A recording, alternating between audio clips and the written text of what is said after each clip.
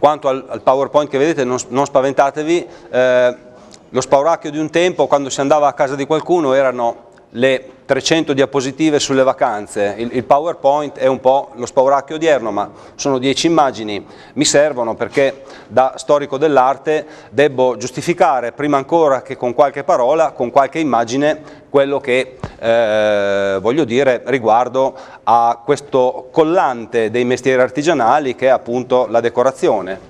L'antefatto della decorazione è il concetto di decoro, che è un concetto antico come il mondo. Qui vedete mi sono limitato a risalire all'origine latina della parola, la parola decor appunto.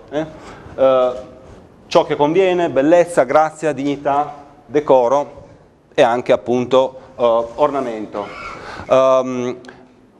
Questa parola veniva definita anticamente tanto dai chi teorizzava di arte, di architettura, per esempio il grande teorico latino Vitruvio. In particolare però se ne occuparono coloro per i quali il decoro aveva una funzione intellettualmente più alta, e quindi gli avvocati, i rettori, in particolare personaggi come Cicerone e Quintiliano, che nella retorica, per esempio, nell'arte dell'avvocatura, diciamo così, distinguevano tra uno stile umile, medio e sublime, cioè tra modi diversi di porgere i contenuti a seconda del contesto e delle persone a cui ci si rivolgeva.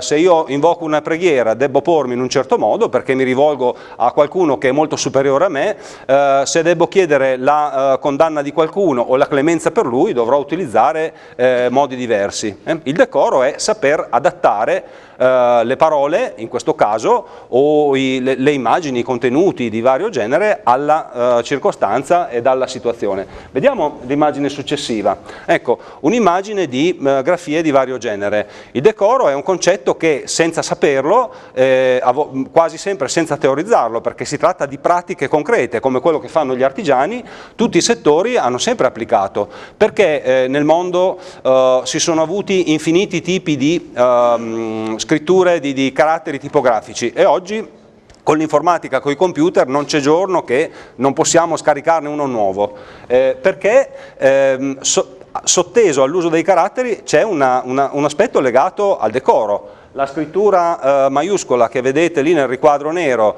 di origine romana antica, era legata alle lettere capitali e alla scrittura epigrafica, e oggi ancora ci sono occasioni in cui viene usata. Sicuramente il decoro mi sconsiglia di utilizzare lettere come quelle per, che so io, una partecipazione di matrimonio, mentre il decoro mi dice che il corsivo qua in basso può essere la cosa più indicata, o così le lettere onciali che vedete sopra. Andiamo pure avanti. Ecco, un'immagine un po' paradossale. La nozione di decoro è presente in tutti i contesti. Qualunque civiltà, qualunque momento storico elabora la sua idea di decoro, anche quando il decoro pensa di rifiutarlo. Se c'è una parola oggi che appare démodé, viziata da così ipocrisie piccolo borghesi, come si suol dire, è la parola decoro, no? Come se sottintendesse un conformismo dilagante. In realtà non è così. Il decoro, vedete, di David Niven è tale perché così è percepibile a Londra. Il decoro del signore Papua che vedete alla sua sinistra è tale perché così viene percepito nella situazione equatoriale nella quale lui vive. Provate a immaginare i ruoli invertiti, no? Nella City di Londra ovviamente apparirebbe indecoroso il Papua, ma anche David Niven forse, no? Se si recasse ai tropici vestito così. Il sottofondo dei jeans con la cucitura. Se noi trovassimo la cucitura in un abito di gala o in uno dei completi che portiamo qua stasera, penseremmo ad un abito incompleto, ancora imbastito. Nei blue jeans il tema delle cuciture è diventato decoroso, ha fatto decoro, perché è proprio di quel contesto e di quella situazione, e gli stilisti lavorano moltissimo, è l'elemento fondamentale del decoro e quindi della decorazione di questo capo d'abbigliamento. Procediamo pure, ecco, decorazione, quindi da decoro, è l'arte che si occupa concretamente del decoro dei manufatti, di tutti i manufatti. Il decoro dei manufatti è quell'elemento di comunicazione visiva che serve ai manufatti per entrare in relazione con le persone che ne fanno uso e per istituire, diciamo così, quello che Rousseau chiamerebbe un contratto sociale tra noi e gli oggetti che adoperiamo, una sorta di patto per cui non solo li usiamo ma li riconosciamo anche come tali. Qui vedete due possibili classi di riferimento del decoro prese a caso, ripeto sono infinite, una serie di elementi di decoro alla greca utilizzabili in tutti i contesti, dalla architettura ai complementi vari di arredo alle bordure tessili. Oppure appunto la classificazione tipica, no, da libro di storia dell'arte delle terracotte, delle forme delle terracotte greche. Procediamo ad un'immagine successiva. Ecco, se io ho presente le categorie della decorazione e i riferimenti, gli archetipi e le topiche, cioè i riferimenti fissi, le stelle fisse, diciamo così, che compongono questa costellazione della decorazione, posso agevolmente capire il perché, guardando tre portoni come questi. Questa è una illustrazione ottocentesca tratta da un libro con i grandi portali dei palazzi di Genova, perché guardando queste cose e poi successivamente imbattendomi in un camino come quello che abbiamo lì, tutto sommato vedo che non sono cose troppo differenti, perché evidentemente per motivi che sono motivi statici di rapporto con la superficie piena murata, tanto un portale quanto un camino devono richiamare certi archetipi. Nel camino saranno proporzionati diversamente, saranno meno verticali e più orizzontali, mediamente saranno più poveri, perché è un decoro interno e non esterno ad un edificio, ma è elegante, diciamo così, che tiene insieme questi oggetti, sparito il quale le cose cessano di dialogare. Vediamo ancora, ecco, qualche esempio. La decorazione è intrinsecamente canonica. Perché è intrinsecamente canonica? Perché funziona proprio perché ha canoni, archetipi e topiche di riferimento. A questo punto, se il quadro di riferimento è esatto, è compreso e soprattutto è condiviso, la decorazione da sempre può rincorrere le avventure stilistiche anche più spericolate, come quelle per esempio dell'epoca Liberty o dell'epoca barocca, rococò, perché esistono comunque dei collanti comuni, un sottofondo comunque di misure, di pesi e di distribuzione che rendono dialoganti tra loro gli oggetti a cui il decoro si applica. Qui volutamente ho pensato ad una casa Liberty, vedete con quanta diciamo fantasia e vivacità è decorata questa casa, ha un elemento della sua inferriata, ad uno dei mobili che potrebbero esservi al suo interno. Questo per la verità è un mobile settecentesco, ma anche qui, no, con quanta facilità il decoro e la decorazione si rincorrono nelle epoche. E un edificio, un monumento di carattere funerario dove il decoro e la decorazione sono date dall'avvitamento delle sculture intorno ad un perno centrale. Proviamo ancora a proseguire. Il tempo attuale apparentemente è quello nel quale la decorazione trionfa. Cioè noi ci troviamo di fronte ad oggetti che sono ossessivamente decorati quasi con un senso di horror vacui. La presenza di colori, di linee, di disegni, di tratteggi sugli oggetti è una presenza ossessiva. È vera decorazione? Si fa fatica a dire di sì. Quantomeno è una decorazione senza decoro, è una decorazione che si attesta al livello minimo di decoro possibile, proprio perché non ha le misure proprie della decorazione e dello stile unificante che la decorazione deve avere. Gli esempi che vedete qui sono assolutamente disparati, ma vi rendono testimonianza di una situazione in cui ci sono dei travasi meccanici di invenzioni, iconografiche peraltro molto povere, da un campo all'altro, per cui abbiamo il tappeto, la moquette che molto spesso ci ricorda la marezzatura, la coloritura di una coppetta di gelato algida, l'invenzione pop dadaista delle labbra che diventano divano e che appunto ha la capacità di durare, che non è la capacità di durare dello stile ma della trovatina occasionale. Un grande esempio di un supposto grande esempio di decorazione contemporanea, che decorazione non è. Questo è l'unico murale di Keith Haring, il grande artista americano morto qualche anno fa, realizzato in Italia.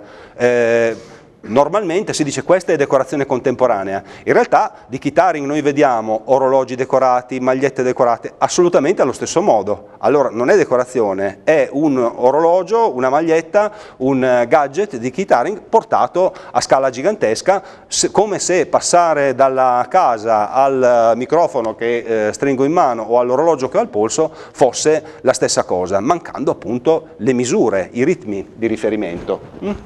Proviamo ancora ad andare avanti, abbiamo un'immagine o due ancora da vedere.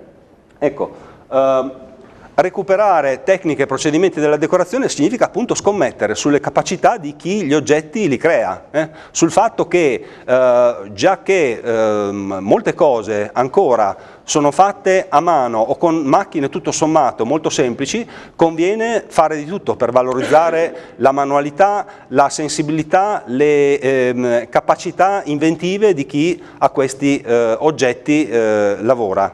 Forse tutto sommato uno dei grandi motivi dell'alienazione psicologica e anche economica del mondo contemporaneo è proprio il fatto che si ha un'idea assolutamente orizzontale ed uniforme della manualità delle persone e spesso ci lamentiamo del fatto che i mestieri scompaiono, ma non si danno occasioni perché i mestieri possano essere tali, arricchirsi e diciamo così, crearsi repertorio come tali, perché appunto le occasioni spesso sono delegate interamente al mezzo meccanico.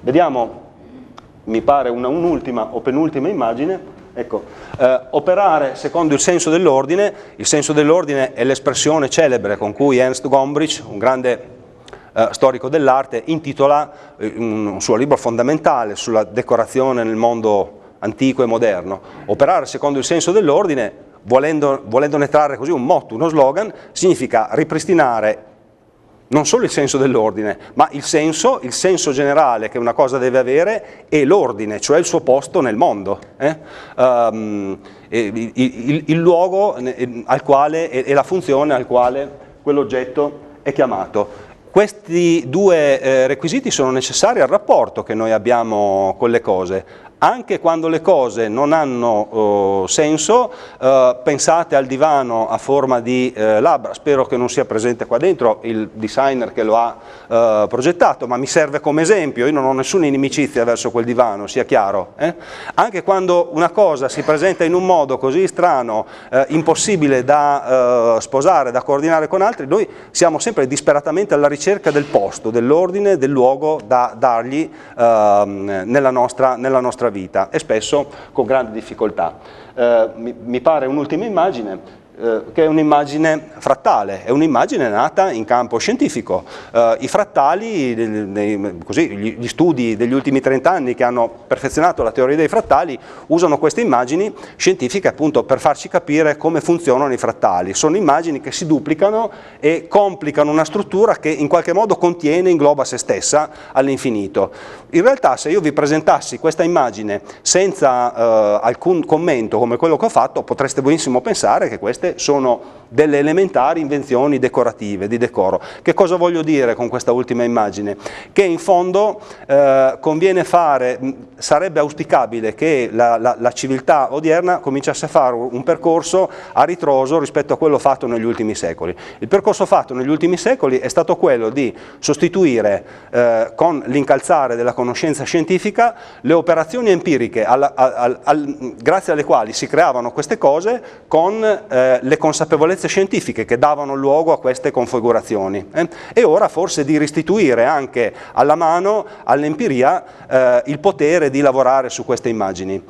Vorrei chiudere con un'immagine un po' poetica, che però per me non è affatto poetica, può sembrarlo ma non la trovo affatto poetica. Insomma, noi credo che dobbiamo ricominciare a permettere di lavorare a chi lavora con le mani sulle cose, proprio reimpossessandosi di quelli che sono gli effetti, anche le responsabilità scientifiche delle cose su cui si sta operando. È un po' oggi come se ci privassimo del privilegio di guardare il cielo, perché il cielo lo studiano gli astronomi. Però noi abbiamo bisogno di guardare il cielo, no? Questa cosa abbiamo bisogno di guardarla anche se non sappiamo nulla di frattali. Credo che ci sia molto appunto di privazione e di masochismo nella tendenza a non recuperare il nostro potere di lavoro e di invenzione sulle immagini, soprattutto quando calano direttamente di peso sugli oggetti che tutti noi adoperiamo quotidianamente. Mi pare che questa sia l'ultima immagine e che quindi sia quella con la quale chiudiamo questo mio breve intervento. Vi ringrazio.